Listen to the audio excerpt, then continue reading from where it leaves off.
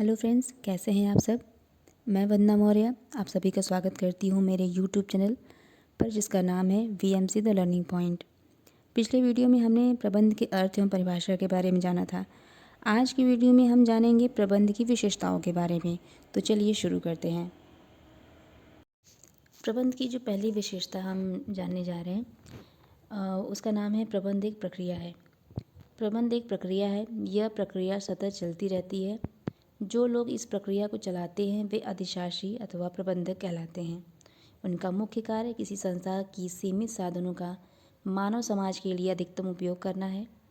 प्रक्रिया के रूप में प्रबंध में उन तकनीकों को सम्मिलित किया जाता है जिनके द्वारा प्रबंधक अन्य लोगों की क्रियाओं में समन्वय स्थापित करता है। इसको अच्छी प्रकार समझने के लिए सबसे पहले हम जानेंगे कि प्रक्रिया होती क्या है। प्रबंध एक प्रक्रिया है। प्रबंध को प्रक्रिया कहा गया है, लेकिन इन प्रक्रिया किसे कहते हैं। देखिए, हमारे सामने हम बहुत सारे काम करते हैं, लेकिन एक बार में जो संपन्न हो जाए वो काम हो जाएगा। लेकिन वही काम को अगर कई चरणों से होकर गुजरना रहे तो वह एक प्रक्रिया बन जाती है, यानी प्रोसेस बन जाता है। जैसे कि घर में हम रोटी बनाते हैं, उसको भी एक बार में नहीं बनता, उसको आटा गूँथना पड़ता है, उसके बाद उसकी लोइयाँ बना के उसके बाद उसकी रोटी बनाई जाती है। ठीक है। उसी प्रकार अगर हम किसी विद्यालय में एडमिशन लेने जाते हैं तो सबसे पहले हम फॉर्म वहाँ से लेके आते हैं, उसके बाद उसको फिलअप करते हैं, उसके साथ कुछ डॉक्यूमेंट्स अटैच करते हैं, उसके बाद कॉलेज में जाके या स्कूल में जाके उसको सबमिट करते हैं। स्कूल द्वारा टेस्ट कंडक्ट करा जाता है, उसमें पास होने के बाद हमारा एडमिशन हो जाता है, तब जाकर हम क्लास में पढ़ते हैं। या फिर इसका मतलब है कि डायरेक्ट हम जाके क्लास में अगर पढ़ना चाहें तो नहीं पढ़ सकते हैं, उसके पहले कुछ प्रोसेस होता है जिसको हम लोग पूरा करना होता है। तो उसी प्रकार प्रबंध भी एक प्रक्रिया होती है। जो प्रबंध के बहुत सारे जो चरण होते हैं, प्रबंध की जो टेक्निक्स होती हैं, उसमें समन्वय स्थापित करने का कार्य किसका होता है, प्रबंधक का। और यह प्रक्रिया सतत चलती रहती है।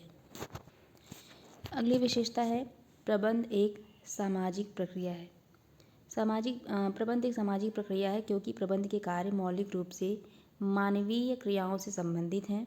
प्रबंध द्वारा ही मानवीय क्रियाओं को नियोजित, संगठित, निर्देशित, समन्वित, अभिप्रेरित एवं नियंत्रित किया जाता है। सामाजिक प्रक्रिया यानी कि जो मानव से संबंधित हो, ऐसे कार्य जो मानव द्वारा किए जाए। अब प्रबंध एक ऐसी प्रक्रिया है जिसके अंतर्गत सभी जो क्रियाएं हैं, सभी जो कार्य संपन्न किए जाते हैं वो कहीं ना कहीं मानव से ही संबंधित होते हैं। यानी जो भी कार्य उसमें होते हैं, प्रबंध के जितने भी कार्य हैं वो मानव द्वारा ही संपादित किए जाते हैं। जैसे कि नियोजन, संगठन, निर्देशन, समन्वय, अभिप्रेरण और नियंत्रण, ये सारे कौन करता है, मानव ही तो करता है। अगर किसी संस्था में हम बहुत सारी कल पुर्जे, अगर जो भी व्यवसाय उसे करनी है उससे संबंधित कल पुर्जे और मशीनें लाकर अगर उस संस्था में या फैक्ट्री में रख दी जाए तो क्या लगता है सारे काम खुद ब खुद हो जाएंगे? नहीं, बिना मानव के उन कार्यों का संपन्न होना असंभव है। इसके संबंध में एक अमेरिकन कॉरपोरेशन के अध्यक्ष ने कहा है, हम मोटरें बनाते हैं, हवाई जहाज, फ्रिज, रेडियो या जूतों के फीते नहीं बनाते हैं, हम बनाते हैं मनुष्य, और मनुष्य इन वस्तुओं का निर्माण करते हैं। कहने का मतलब है कि ये सारी चीज़ें सुई से लेकर जहाज तक जो भी बनाई जाती हैं वो खुद ब खुद नहीं बनती हैं, उसे मानव द्वारा ही बनाया जाता है। कि किसी संस्था में या कोई भी व्यवसायी अगर किसी भी तरह का उत्पादन का कार्य करता है तो सारे संसाधन जुटाने के बाद भी अगर मानव संसाधन वहाँ उपलब्ध ना हो, मानव रूपी संसाधन उपलब्ध ना हो, तो वो कार्य संपन्न नहीं हो सकता है। अगली विशेषता है पूर्व निर्धारित उद्देश्यों की प्राप्ति। प्रबंध के अंतर्गत समूह के प्रयासों को संस्था द्वारा पूर्व निर्धारित उद्देश्यों की प्राप्ति के लिए निर्देशित किया जाता है। प्रबंध की सफलता इन उद्देश्यों एवं लक्ष्यों की प्राप्ति पर निर्भर करती है। देखिए, हमारा जो भी व्यवसाय है बिना किसी योजना के, बिना किसी उद्देश्य के नहीं होता है। और हम कोई किसी उद्देश्य का अगर या लक्ष्य का निर्धारण करते हैं और उसे अगर हम हासिल कर पाते हैं तो ये कह सकते हैं कि हमारा प्रबंध जो है वो सफल हो गया। और सफल प्रबंधन की जो पहचान है, यानी कि संस्था की जो भी उद्देश्य हैं और लक्ष्यों की प्राप्ति ही उसकी पहचान होती है। अगली विशेषता है प्रबंध हमेशा ही सामूहिक प्रयासों की ओर इशारा करता है, न कि किसी व्यक्ति विशेष के प्रयास की ओर। टीम भावना की स्थापना भी प्रबंध की सफलता की कुंजी है। देखिए, कोई भी कार्य अगर व्यक्तिगत रूप से किया जाए तो उस कार्य में बहुत सारी अड़चनें आती हैं और सफलता मतलब पाना थोड़ा सा कठिन कार्य हो जाता है। लेकिन किसी संस्था में चाहे कर्मचारी वर्ग का सहयोग अधिकारियों से हो या अधिकारियों का सहयोग कर्मचारियों से हो या कर्मचारियों का सहयोग आपस में हो, लेकिन किसी कार्य या उद्देश्य के लिए अगर वो एकजुट होकर काम करते हैं तो सफलता बहुत ही शीघ्र मिलती है और उनके अंदर कुशलता की प्राप्ति भी होती है। जैसे कि इसमें कहा गया है, टीम भावना की स्थापना ही प्रबंध की सफलता की कुंजी है। और टीम भावना हेनरी फेयोल ने अपने 14 सिद्धांतों के अंतर्गत एक सिद्धांत यह भी दिया है, जिसके अंतर्गत हर व्यक्ति को अपने उत्तरदायित्व अधिकारों का पालन करना चाहिए और टीम भावना के साथ कार्य करना चाहिए, न कि व्यक्तिगत रूप से। अगली विशेषता है प्रबंध विश्वव्यापी है। प्रबंध की प्रक्रिया केवल किसी विशिष्ट कार्य संस्था अथवा देश तक सीमित न रहकर सभी कार्यों, संस्थाओं अथवा देशों में व्याप्त है। जैसे एक वैज्ञानिक किसी देश या संप्रदाय विशेष का नहीं होता है, वह तो राष्ट्रों एवं समुदायों के मध्य पुल का कार्य करता है एवं सभी का होता है। उसी प्रकार प्रबंधन के कार्य एवं सिद्धांत सभी जगह लागू होते हैं। देखिए, हम कहीं भी जाते हैं, कोई भी संस्था हो, मंदिर हो, मस्जिद हो, अस्पताल हो, ठीक है, स्कूल हो, कॉलेजेस हैं, सभी जगह आपको प्रबंध देखने को मिलेगा। कोई भी ऐसी जगह नहीं है जहाँ पे कोई भी कार्य बिना प्रबंधन के होता है। इसीलिए कहा जाता है कि प्रबंध सर्वव्यापी या विश्वव्यापी है। अगली विशेषता है प्रबंध एक पेशा है। आधुनिक प्रबंध विशेषज्ञ प्रबंधन को पेशा मानते हैं क्योंकि इसमें वे सभी लक्षण पाए जाते हैं जो कि पेशे में होते हैं। इसका कारण यह है कि किसी भी विशेष पेशे की भांति प्रबंधन का भी अपना एक शास्त्र है, अपने सिद्धांत हैं, अपने नीतियाँ एवं नियम आदि हैं जिनका प्रबंध करने में उपयोग किया जाता है। और अब यह अनुभव किया जाने लगा है कि बिना प्रबंध शास्त्र के अध्ययन के कोई भी व्यक्ति प्रबंध का कार्य सफलता से नहीं चला सकता है। आज के समय में हमारी जो सरकार है वह प्राइवेटाइजेशन को बहुत ही तेज़ी से बढ़ावा दे रही है, जिससे हर क्षेत्र में प्रबंधक की बहुत ही ज़्यादा डिमांड बढ़ी है। कोई भी व्यक्ति अगर वो अपना व्यवसाय करना चाहता है तब भी, अगर किसी संस्था से जुड़कर अपनी सेवा देना चाहता है तब भी उसे इसका ज्ञान प्राप्त करना यानी प्रबंधन का ज्ञान होना बहुत ही ज़रूरी होता है, ताकि वह अपने कार्य या उस व्यवसाय का संचालन सही तरीके से कर सके। इसके लिए मैनेजमेंट की पढ़ाई करने के लिए हमारे देश में बहुत सारी ऐसे संस्थाएं हैं जहां से आप मैनेजमेंट की पढ़ाई कर सकते हैं। वो है Indian institute of management, Ahmedabad, Kolkata, Bengaluru और इंदौर। ये सारे ऐसे संस्थाएं हैं जहां से आप मैनेजमेंट की शिक्षा प्राप्त करके अपने व्यवसाय या किसी दूसरी संस्था में जाकर आप सेवा दे सकते हैं और उसके बदले में पर्याप्त रूप से पारिश्रमिक प्राप्त कर सकते हैं। हेनरी फेयोल जी ने भी कहा है कि प्रबंध की योग्यता प्रबंधकों में जन्मजात नहीं होती, बल्कि शिक्षण और प्रशिक्षण के द्वारा ही विकसित की जाती है। अगली विशेषता है प्रबंध कला एवं विज्ञान दोनों ही है। प्रबंध एक कला व विज्ञान दोनों ही है। प्रबंध को कला इस कारण कहा जाता है क्योंकि प्रबंध की कला एक व्यक्तिगत कला है जो अंतर्ज्ञान से प्राप्त की जाती है। दूसरी ओर प्रबंधन को विज्ञान भी कहा जाता है क्योंकि इसका स्थानांतरण करना संभव नहीं है।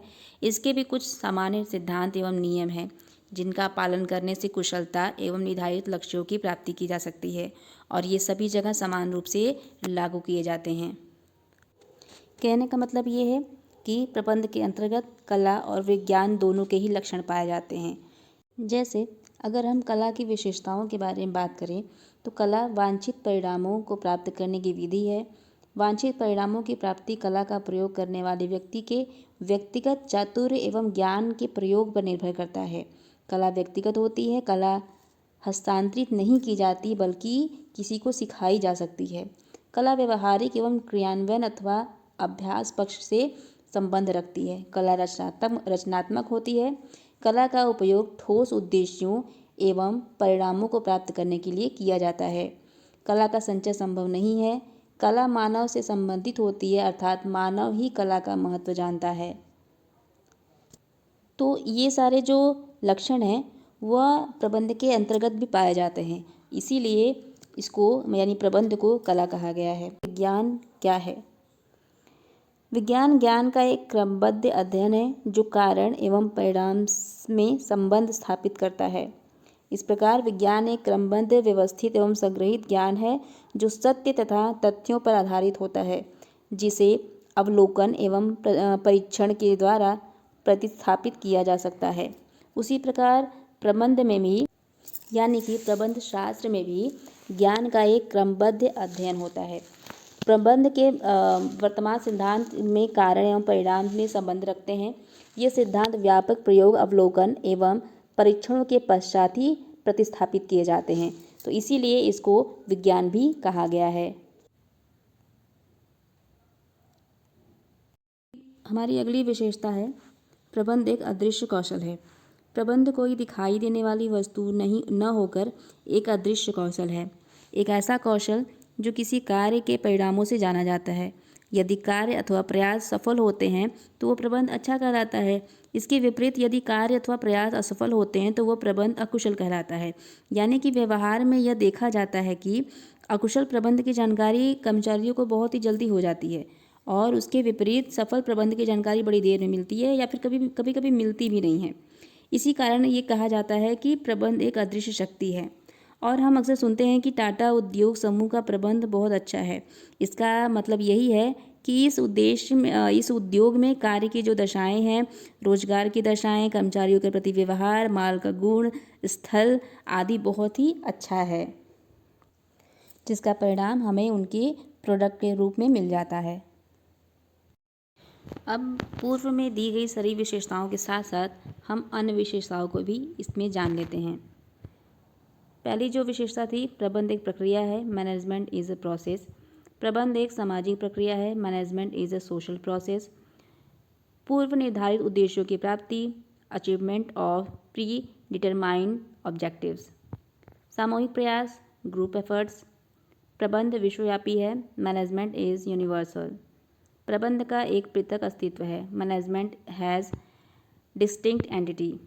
प्रबंध एक पेशा है, मैनेजमेंट इज़ अ प्रोफेशन। प्रबंध एक कला एवं विज्ञान दोनों है, management is an art as well as science. प्रबंध की आवश्यकता सभी स्तरों पर है, management is needed at all levels. प्रबंध एक अदृश्य कौशल है, management is an intangible skill. एक अधिकार सत्ता प्रणाली, अ सिस्टम ऑफ अथॉरिटी। सृजनात्मक कार्य, क्रिएटिव एक्टिविटीज़। स्वामित्व एवं प्रबंध, ओनरशिप एंड मैनेजमेंट। सतत एवं गतिशील प्रक्रिया, कॉन्टिन्यूअस एंड डायनेमिक प्रोसेस। तो आज की वीडियो में हमने जाना प्रबंध के लक्षण एवं विशेषताओं के बारे में। आई होप आपको मेरा ये वीडियो पसंद आया होगा। अगर आपको ये वीडियो पसंद आया है तो इसे लाइक करें और अगर आप हमारे चैनल पर नए हैं तो इसे सब्सक्राइब करें और ज़्यादा से ज़्यादा दोस्तों में शेयर करें ताकि वो भी इसका बेनिफिट ले सके। Thank you so much.